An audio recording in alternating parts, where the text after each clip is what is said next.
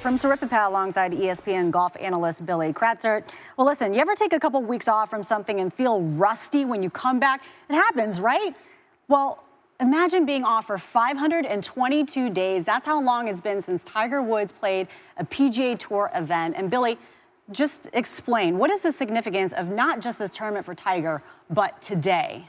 Well, Prim, when you look at what's at stake, watch Thursday round. Well, we are certainly going to be watching him. And listen, he's going to be paired up with the world's #1, Jason Day, as well as Dustin Johnson, two of the biggest hitters out there on the tour. How do you think that's going to impact him today? Well, I think he's maybe do it with a little finesse because he has all the shots. Bottom line, stay focused and stick to your game, right? Yes. All right, that would be my advice. Billy Kratzert, thank you for your time today. Tiger tees off at 1:40 p.m. Eastern, and we will be all over that. More Coast to Coast coming up. Welcome back to Mike and Mike. I'm Jen Lada. And welcome back Tiger Woods, who tomorrow will make his first official worldwide start in 522 days when he tees it up at the Farmers Insurance Open at Torrey Pines. It's been quite the journey, as most people know, but our Michael Eaves looks back at what it took to stage this latest comeback. Great to have you here with us here on Mike and Mike. I'm Jen Lada. Listen, if you were watching us yesterday, you probably noticed an age theme in our Australian Open coverage. And that will continue tomorrow with Roger Federer against Stan Wawrinka. It was prominent again today as Serena Williams and Rafael Nadal were playing a little way back Wednesday in their games as well. Maybe Serena summed up the trend best in her post-match interview saying, 30 is the new 10. Her quote, not mine.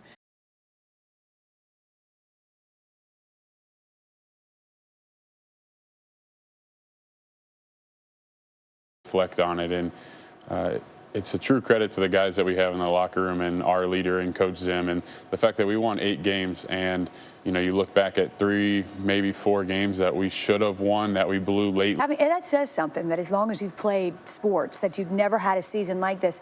How do you manage that? And I don't mean you in particular, but as a team, how do you stay the course and say, yes, there's adversity, but also no one's going to give us a pass here?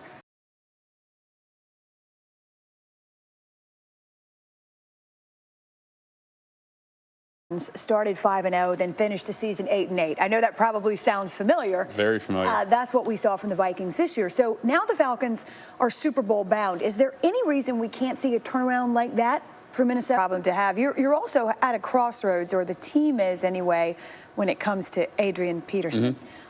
What do you think when I say his name? What's the first thing that comes to mind?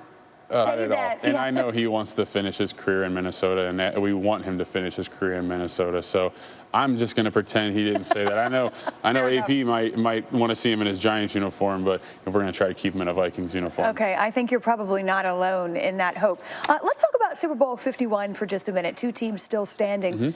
You have faced the Falcons in Week 12 last year. What stands out about that team?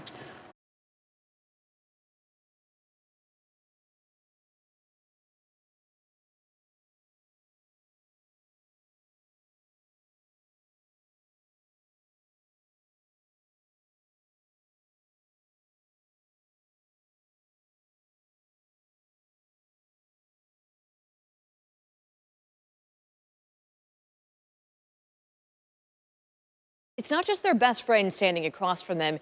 It is their sister, the one who knows them better than anyone. And their family, how do they watch? I mean, I have anxiety watching Serena play Venus.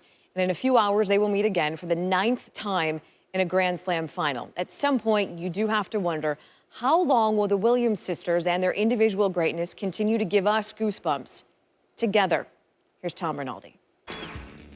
Let's pretend for a moment that Hollywood presents the following story. 2 sisters who, after countless individual triumphs and agonizing challenges, come face to face at the pinnacle of their careers. For one of the sisters, it's the chance to get back on top.